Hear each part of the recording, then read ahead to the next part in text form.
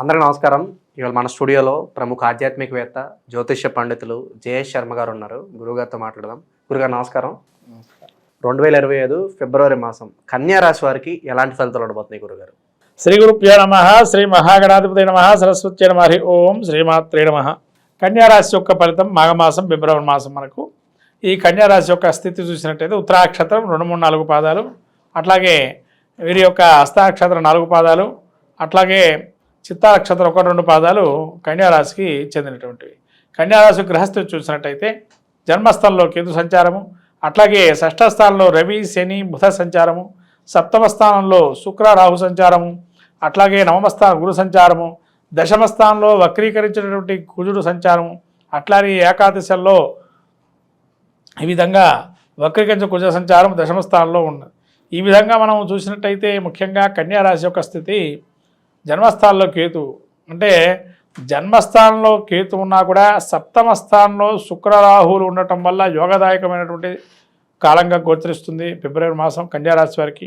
అట్లాగే షష్ఠ స్థానంలో రాబోయే 13వ తారీఖు ఫిబ్రవరి నుంచి రవి ఈ యొక్క షష్ఠ స్థానంలో ఉండటం వల్ల శత్రు పరాభవాన్ని, శత్రు పరాజయాన్ని, రుణ రోగాదులు ఏవైతే ఉన్నాయో రుణం అనేది తీసుకునే అవకాశం ఉంటుంది. నూతనమైనటువంటి కార్యక్రమాలు చేపట్టడానికి కానీ, అట్లానే 6లో బుధుడు ఉండటం వల్ల కూడా మంచి వ్యవహార దక్షత అనేది ఏర్పడుతుంది. అంటే మొత్తం మీద కన్యారాశి వారికి ఫిబ్రవరి మాసం యోగదాయకమైనటువంటి మాసంగా గోచరిస్తుంది.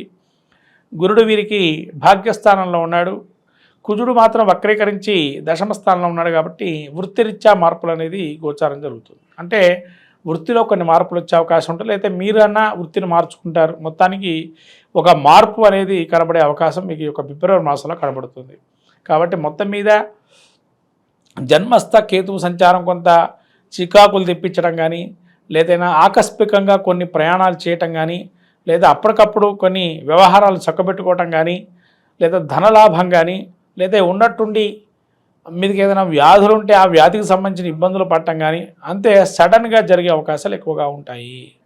అట్లాగే ఈ శని మూల త్రికోణంలో 6లో ఉన్న దీర్ఘకాల సమస్యలుగా బాధపడుతున్నటువంటి వారు ఎవరైతే ఉన్నారో, ముఖ్యంగా న్యూరో సంబంధించి అంటే నరాలకు సంబంధించినటువంటి ఇబ్బందులు బాధపడుతున్న వాళ్ళు ఆరోగ్యవంతులు అవుతారు.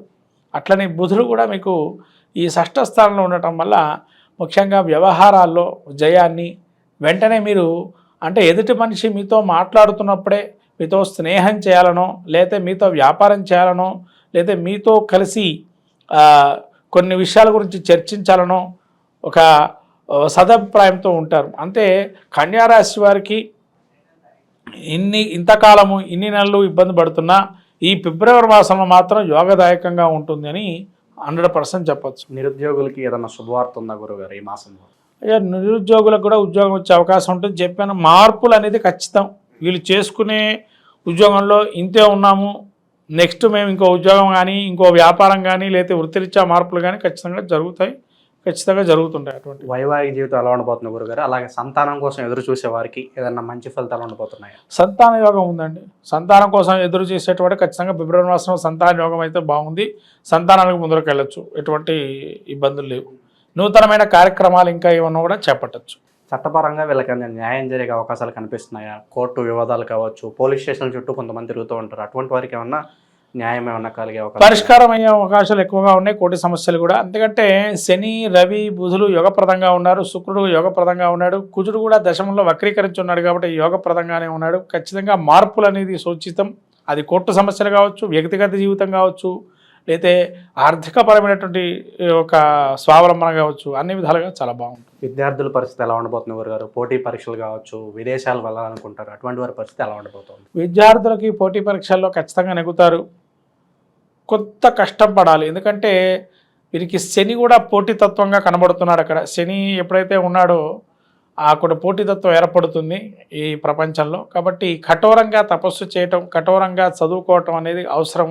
పోటీ పరీక్షలు ఉండేటువంటి వారు ఖచ్చితంగా కొంత ఉత్తీర్ణం అనే శాతం అయితే బాగుంది. వ్యాపారస్తుల పరిస్థితి ఎలా ఉండబోతుంది? పెట్టుబడుల విషయంలో ఏదన్నా జాగ్రత్తలు తీసుకోవాల్సిన అవసరం కనిపిస్తుందా?